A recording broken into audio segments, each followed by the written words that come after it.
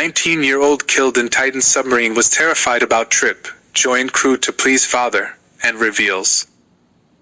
The university student who was killed in the tragic Titanic submarine implosion was terrified about the trip and only joined the crew to please his dad for Father's Day. His heartbroken aunt has revealed.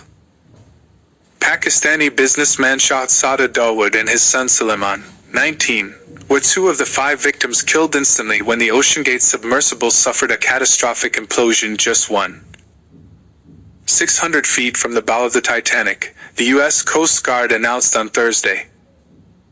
Wife of submersible pilot is a descendant from Titanic couple who perished. Wendy Rush, the wife of the pilot killed in a Titanic-bound submersible that Coast Guard officials say suffered catastrophic implosion, is the descendant of a couple who perished on the ship in 1912. Rush is the great-great-granddaughter of retailing magnate Isidor Straus and his wife, Ida, who were part of the group of more than 1,500 people who died during the Titanic's maiden voyage. According to New York Times archive records, the couple were fictionalized by Lou Poulter as Isidore and Elsa Raven as Ida in the Oscar-winning 1997 film, Titanic, directed by James Cameron. While several of the scenes focusing on them in the movie were cut, a scene featuring the characters clutching each other on a bed as the ship went down became notably memorable. In reality, the couple, who were traveling first class back home to the United States from their native Germany, were last seen by survivors standing together on deck holding hands before they were swept overboard by a wave, according to the UK government's National Archives. Wendy Rush, born Wendy Hollingswile, is the great-granddaughter of the couple's daughter, Minnie Strauss-Weil. Rush is the director of communications and an expedition team member for OceanGate, according to her LinkedIn profile. Her husband Stockton Rush was the company's chief executive officer. CNN has reached out to the company for comment. Isidor Straus was a co-owner of Macy's, and the story of how they perished captured the attention of those interested in the story of the Titanic. On the night of April 14th, after Titanic had hit the iceberg, Isidore and Ida were directed to Lifeboat 8. However, the aging Isidore refused to board the lifeboat while there were younger men being prevented from boarding.